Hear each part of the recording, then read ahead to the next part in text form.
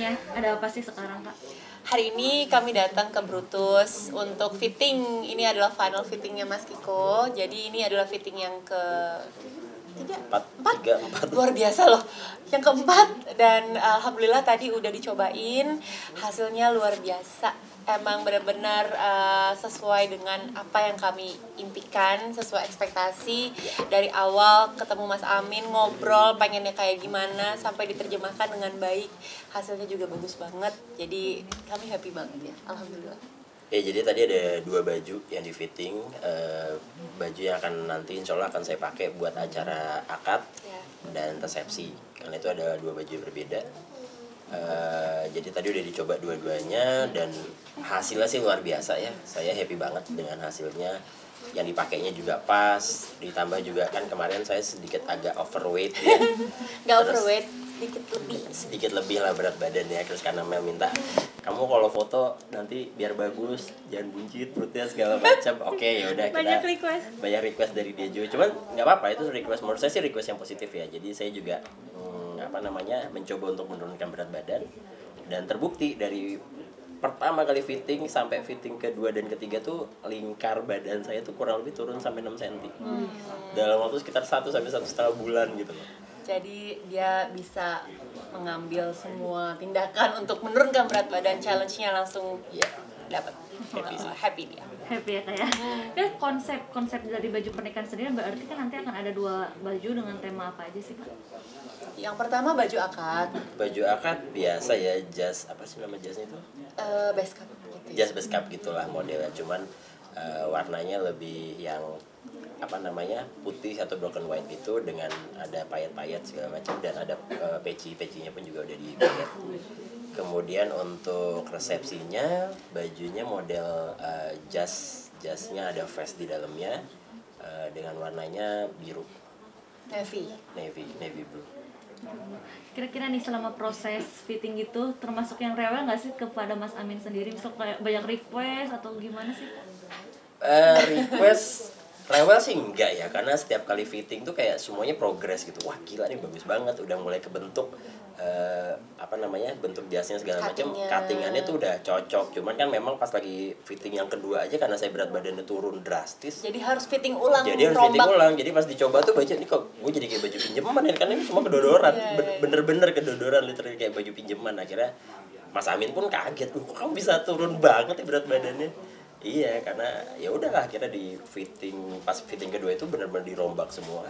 Makanya mungkin ada beberapa kali fitting kita jadinya terpaksa aja beberapa kali fitting. Tapi memang semuanya dari awal emang udah kayak match banget di badan gitu. Kadang-kadang kan kalau fitting baju cowok apalagi ya kan tricky ya, untuk urusan jas apalagi. Nah dari awal pas fitting pertama, fitting kedua tuh enak banget. Terus cuttingannya pas, terus warna yang dipilih sama Mas Amin, kita kan cuma mintanya warna biru, navy blue, tapi kita nggak punya spesifik warna, color tone-nya tuh seperti apa. Dipilihin biru yang bagus banget gitu. Jadi itu yang bikin kita jadi wah keren. Alhamdulillah. Nah kira-kira berarti ini udah berapa persen nih Kak untuk perihal baju? Kalau baju udah 100% ya. Kalau baju ini nanti akan kita pakai buat saya. Mel mungkin kemarin udah sempat fitting yang kedua ya kamu ya. Tinggal finalisasi lagi, mungkin tinggal pasang yang meriahnya lah, payet-payet segala macam nanti. Payet-payet itu kayaknya di awal Februari kita mau fitting yang final. Nah ini kan Februari kan kayak rencana akan melangsungkan pernikahan. Persiapannya sudah gimana aja sih Kak? Biasa kan ketika pasangan menuju pernikahan kan suka ada aja dramanya. Ya pertanyaannya dari tadi gitu Mas ya. Emang gitu ya biasanya? Katanya kan belum pernah juga. Oh iya. Oke. Jangan curhat aku. Pasti dari setiap pasangan yang ada menjelang hari pernikahan pasti akan ada konflik, perbedaan pendapat, itu wajar. Tapi kami berdua menyikapi konflik tersebut dengan hal yang positif aja gitu. Karena kami percaya banget konflik ada, tinggal gimana cara kita bereaksi atas konflik itu yang menentukan gitu. Jadi hal-hal kecil masih bisa diomongin. Cuman kalau udah yang kayak kusut banget, aduh nggak usah deh capek ya, nggak penting juga buat kita, jadinya malah ntar kita stres gitu, nggak penting. Hal yang nggak penting kita kesampingkan dulu, fokus utama adalah di persiapan pernikahan dan kesembuhan Mas Kiko. Kemarin kan Mas Kiko sempat operasi, itu menurut aku itu ujian yang dikasih sama Allah menjelang pernikahan. Jadi nggak ada tuh drama-drama yang berarti bagi kami berdua, tapi lebih ke Mas Kiko kemarin sempat ada musibah, sempat ada ujian sakit, itu yang lebih buat kami lumayan besar gitu, lumayan besar, dan alhamdulillah kami berdua bisa melewati dengan baik sampai hari ini, dan doanya harapannya Mas Iko dikasih kesembuhan yang sempurna ya. Amin. Hikmah apa sih kemarin yang diambil mungkin yang bisa dipetik dari pengalaman mempersiapkan pernikahan tapi ada sedikit cobaan? Mungkin kalau mengutip kalimatnya Mel ya, jadi cobaan ini atau ujian yang ada di saya atau mungkin jadi di hubungan kami ini justru membuat kita jadi saling mengenal, jadi semakin lebih diskusi ya, karena saat saya sakit itu dia benar-benar ngerawat saya ibaratnya, jadi nemenin saya, nyuapin saya segala macam, itu membuat kita jadi banyak waktu. Itu kan artinya membuat dia jadi yang ada kerjaannya dia yang harus, aku nggak stop dulu kerjaan juga deh, aku nemenin kamu aja gitu. Jadi dia lebih banyak meluangkan waktu juga buat nemenin saya. Itu yang saya rasa membuat kita jadi semakin lebih dekat. Yang ternyata kita pikir, wah kita lagi nyiapin operasi, ternyata lagi nyiapin nikah, ternyata harus operasi dulu segala macam, ini menghambat persiapan pernikahan kita, ternyata enggak. Jadi semuanya malah jadi lebih gampang diskusinya. Yang tadinya kita juga aduh ribet banget nih, mesti ngurusin undangan, mesti ngurusin vendor apalah segala macam, ternyata saat kita bisa ngobrol malah semuanya tuntas masalah-masalah atau problem yang ada gitu. Ujian ini jadi penguat lah, justru malah menjadi penguat hati gitu, karena satu titik hati aku sempat berpikir ini kayaknya Allah sedang menguji gitu ya, apakah aku benar-benar sepenuh itu hatinya untuk Mas Kiko, setulus itu hatinya untuk dia. Dilihatin lah dari semua penderitaan dan perjuangannya dia saat dia pasca operasi, nggak nyamannya dia, itu aku lihat semuanya gitu, dan pilihannya cuma ada di aku sih, aku mau okay with that, aku menemaninya atau aku pergi aja gitu, bodoh amat ya gue urusin. Atau muter balik, kalau kata dia masih ada putaran balik di depan, kamu masih bisa U-turn kok. Itu kan pilihannya ada sama aku, dan ini bentuk ujian dari Allah gitu. Tapi rupanya hatiku diarahkan justru malah kepengen banget jagain Mas Kiko gitu, pengen banget dia sehat, pengen banget nemenin dia ngelewatin semua perjuangan dia untuk recovery, perjuangan dia operasi gitu. Entah kenapa aku minta dari doaku yang dikasih arahnya malah ke sana gitu, bukan muter balik, bukan pergi, tapi pengen ada deket dia terus. Apa yang membuat tetap yakin bahwa ya aku tetap sama dia dan akan membuat dia sembuh? Apa yang pertanyaannya tuh bagus, aku pun bertanya gitu, aku bertanya sama Allah gitu, ini kok kan gue bisa aja cabut gitu ya, maksudnya ngapain sih gue harus njagain anak orang ya gak? tapi ya Allah bener-bener ya aku tadi udah jawab sebenarnya Mbak, hati aku makin dimantepin, dikuatin, bener-bener menjelang pernikahan dikasih ujian dan jawabannya udah jelas gitu. Aku melewati ujiannya dan hatiku dimantapkan ke arah Mas Kiko, dan aku ada di sini untuk dia mulai dari sekarang sampai insya Allah seterusnya. Itu sih yang makin kerasa makin hari. Mungkin kamu juga mudah-mudahan. Ya kalau aku pribadi yang jelas, yang namanya orang sakit ada yang rawat, masa sih nggak seneng Mbak? Dia tadi gue sendiri kan ibaratnya gitu ya, ini pas tega gitu ada yang sakit, karena dia benar-benar menurut saya rawatnya benar-benar tulus gitu loh, jadi benar-benar yang dia tuh nginep ya waktu saya dirawat itu, saya kan terpasang tampon, saya napasnya susah, sampai tidur pun terganggu saat itu. Dia benar-benar, kamu butuh apa? Kamu mau minum? Ya udah sini. Dia yang ngasih gelas dengan sedotannya segala itu, menurut saya itu sesuatu yang tulus ya dikerjakan dari seorang Melanie gitu ya. Enggak, karena dia tuh nggak bisa tidurnya setiap 1 jam sekali kebangun untuk minta minum, kan nggak bisa karena nafas. Kan pakai tampon dan ada kayak lendir lah ya, jadi buat kita jadi nafasnya dari mulut kan. Nafas dari mulut, saya jadi nunduk gini sedikit, nafasnya tersumbat. Iya, dan mulutnya itu tersiksa sekali. Tersiksa banget gitu, dan aku melihat secara langsung seperti apa perjuangan dia gitu untuk menghadapi itu. Jadi nggak kepengen dia sendirian di situ gitu. Aku justru malah kepengen ada buat dia saat itu. Ya ibaratnya kalau saya sih mikirnya saat itu, di saat gue lagi yang at the lowest point of my life itu, gue ada yang nemenin, ada yang bantuin, ada yang ngerawatin. Ya nanti insya Allah setelah kita udah nikah ya kita pikiran happy aja, kita liburan, jalan-jalan. Ya itulah hidup, mau ngapain sih gitu kan ibaratnya. Itu keinginan kami. Insya Allah Tuhan memberkahi semuanya dan semuanya dibikin lebih mudah. Tapi waktu mendengar divonis tumor gitu, Kamel shock gak sih? Atau khawatir?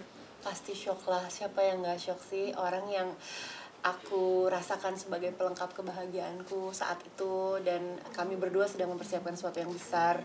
Apalagi aku punya latar belakang trauma tersendiri terhadap kanker. Kakakku meninggal karena kanker. Aku gak kepengen lagi mendengar hal itu terjadi dalam hidup aku. Orang yang aku harapkan untuk mendampingi aku tiba-tiba divonisnya ada tumor otak gitu. Ya hancur pasti. Tapi alhamdulillah Mas Kiko orangnya sangat tenang, dan dia benar-benar bisa menenangkan dan menyabarkan aku gitu. Dia santai banget, walaupun aku tahu dalamnya juga amburadul, tapi cara dia menyampaikan ke aku itu menentukan segalanya sih. Jadi aku juga segen banget ya mau nangis gerung-gerung, dianya santai, akunya mau stres-stres gitu, tapi dianya juga sabi aja gitu, sans berat. Ya udahlah, jadi aku pun mencoba untuk mengimbangi gitu. Mas Kikonya santai, aku juga harus lebih kuat, jangan jadi gue yang mewek gak karu-karuan sehingga memperburuk suasana dan bikin dia jadi makin gak nyaman gitu. Itu yang aku hindarin banget saat itu. Pernah trauma juga ya, kehilangan seperti itu, saudara sendiri. Nah pada saat itu mungkin pernah kepikir gak sih bahwa aduh nanti jangan aku kehilangan lagi atau gimana? Ya kepikir lah Mbak, segala kemungkinan itu terpikir saat kami tahu ada diagnosa tumor otak gitu. Segala kemungkinan, semua hal yang buruk-buruk itu manusiawi banget ya. Apalagi dia juga dokter gitu, jadi aku mencoba untuk pelan-pelan nanyanya ke dia supaya dia juga nggak stres. Aku nanya-nanya, aku tuh cuma takut dia nggak ngasih tahu sesuatu yang aku perlu tahu gitu. Itu aja sih kekhawatiran saat itu, serius ya. Aku cuma takut kamu nyembunyiin sesuatu yang kayak Ini saya baru tahu nih. Ini saya baru tahu nih. aku takut banget kamu tuh udah tahu sesuatu yang aku kayak jangan sampai Melani tahu gitu loh, sehingga aku jadi hancur atau gimana. Ya itu wajar banget gitu aku rasakan saat itu. Dan alhamdulillah memang semua proses pemeriksaan kita jalan bareng-bareng. Aku juga jadi saksi dari semua hasil pemeriksaan, sehingga aku tenang gitu. Aku kenapa pengen ada di situ, kan aku pengen dengar langsung hasilnya seperti apa, progresnya kayak gimana, selain menemani Mas Kiko juga ya. Nah untuk kedepannya nih, ada pantangan nggak sih atau lebih dibatasi gitu gaya hidup? Gak boleh naik motor. Gak boleh naik motor, ya serem banget. Jadi kalau misalnya, ini saya ngomongin dari hal medisnya ya, ibaratnya kan ada suatu masa atau suatu masa tumor di otak. Itu kan suatu yang mendesak ke organ normal di sekitarnya gitu kan. Begitu masanya diangkat, malah jadi ada space yang kosong kan tadinya gitu, yang tadi udah keisi terus diambil jadi kosong. Nah itu pasti butuh waktu buat segala sesuatunya berjalan normal lagi, hormonalnya segala macam. Karena juga mungkin ada bahasa medis tuh LCF ya, cairan otak lah. Cairan otak itu pasti akan terganggu. Yang tadi ibarat kayak selang tadi ketekan, begitu tumornya diangkat jadi kendor kan. Nah ini pasti ada gangguan dari cairan otaknya itu. Keluhan pusing masih suka ada. Jadi kadang-kadang dia juga rewel banget tuh, kamu udah istirahat aja deh, gak usah praktek dulu deh, izin dulu sama rumah sakit segala macam. Ya itu yang saya lakukan akhirnya. Karena buat saya juga gimana kita mengobatin orang kalau saya juga sendiri lagi nggak enak gitu kan. Ya udah, biar fair, ya udah saya juga istirahat, saya izin ke rumah sakit, saya nggak praktek.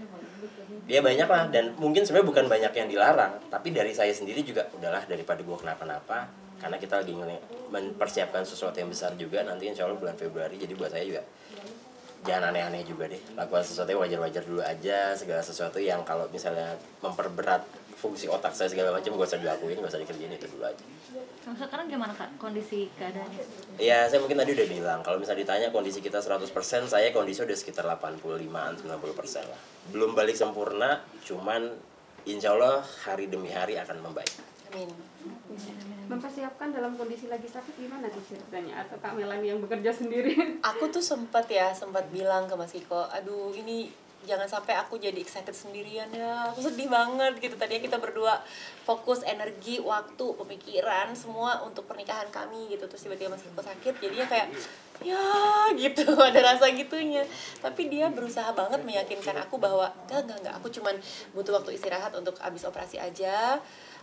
abis itu kalau aku udah pulih lagi aku udah bisa nemenin kamu lagi untuk nyiapin semuanya. Dan dia emang orangnya sangat detail gitu loh, teliti banget segala sesuatu. Aku terbantu banget sih untuk mempersiapkan pernikahan ini karena dia involve-nya luar biasa.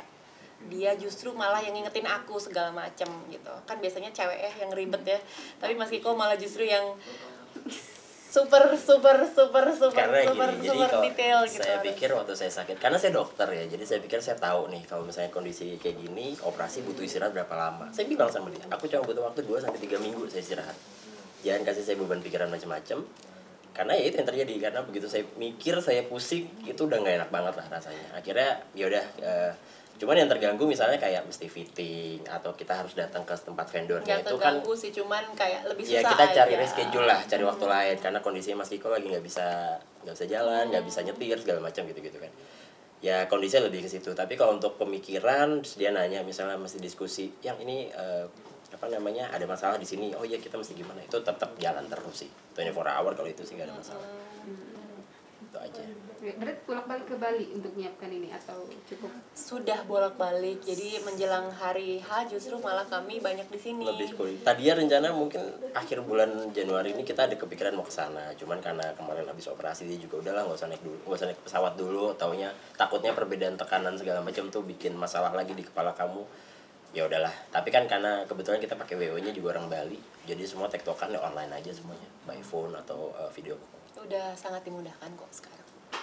Kira-kira punya ini nggak Kak, ada teman-teman selebritis yang jadi bridesmaid kayak gitu-gitu atau emang gimana nih? Dibawa ke sana. Kami nggak ada konsep bridesmaid gitu-gitu. Jadi semua sahabat dan keluarga kami undang untuk datang dan mensyukuri bersama apa yang kami sedang rasakan gitu loh. Tapi kalau dari teman-teman artis itu pasti ada beberapa yang dekat sama aku ajak untuk datang gitu. Cuman ya perannya hanya sebagai tamu, nggak ada peran lain gitu. Benar-benar kita pengen ngundangin semuanya untuk ngerasain kebahagiaan kita di saat itu. Berapa undangan sih, kan terbatas tadi bilangnya ya? Karena itu outdoor dan tempatnya luas, jadi sebenarnya bisa ngundang cukup banyak kalau secara peraturan ya, secara regulasi. Cuman kita justru yang mematok undangan kita sekitar 120 ya, 120 pax. Nanti bukan 120 undangan, jadi 120 pax artinya segitu aja. Karena memang kita pengen sesuatu yang private, intimate dan ya udah. Tadi kita awalnya sempet ragu ya, maksudnya ragu itu dalam arti wah kita mau bikin acara di Bali dengan kondisi kayak gini, pada bisa datang nggak ya? Alhamdulillah tamu-tamu yang kita undang itu confirm mau datang, sebagian besar. Hampir semua. Yang tadinya kita yang ragu-ragu banget. Ragu kita undang tapi nggak bisa datang, terus kita mungkin mesti undang yang lain gitu terus segala macam. Kayak effort ya, mesti keluar kota gitu. Mau nggak ya teman-teman nih untuk bisa pergi? Ternyata mereka confirm, malah justru kita yang kita merasa dihargain banget, terus terang kita merasa dihargain banget sama undangan-undangan kita itu. Jadi ya mereka aja mau datang ke acara kita, ya kita juga harus lebih happy lagi begitu. Menyambut mereka. Rencana, mungkin rencana setelah pernikahannya Kak, apakah misalkan akan stay dulu di Bali lama sekalian honeymoon atau seperti apa? Stay di Bali dulu, iya. Kami punya rencana mau honeymoon sama buntut, sama anak-anak. Jadi honeymoon plus. Kita extend lah, dari abis acara pernikahan sampai kita balik lagi ke Jakarta, kita udah rencana seminggu di sana. Insya Allah seminggu. Insya Allah. Saya cuti kerjaan, dia juga cuti kerjaan. Jadi ya sama anak-anak juga kan, kebetulan rame-rame. Mungkin ada keluarga dan saudara yang extend juga di situ, ya mungkin kita spending waktu di sana bareng-bareng. Anak-anak sendiri gimana nih? Bentar lagi akan melihat rumah papanya menikah gitu? Seneng lah ya pastinya kalau lihat reaksi mereka sih, kayaknya mereka happy lah semuanya. Bahkan Shimar udah nyiapin satu lagu, dia mau main lagu yang dia dedikasiin buat kami berdua. Jadi dia nyanyi sambil main piano, terus kita kayaknya insya Allah mau first dance di lagu tersebut. Jangan dibocor. Maaf. Kan nggak tahu bentuknya kayak gimana. Iya. Shimar melihat calon suami seperti apa sih mungkin menurut dia? Calon bapak. Calon suami aku. Saya jawab boleh? Boleh. Kan juga Kara juga. Shimar dari awal aku menceritakan segala hal gitu, hal yang menurut aku memang patut didengar oleh Shimar ya. Jadi dari mulai hubungan, pekerjaan, kehidupan, segala sesuatu aku selalu coba untuk share ke Shimar karena aku pengen dia terlibat dalam segala hal, aku pengen memanusiakan dia.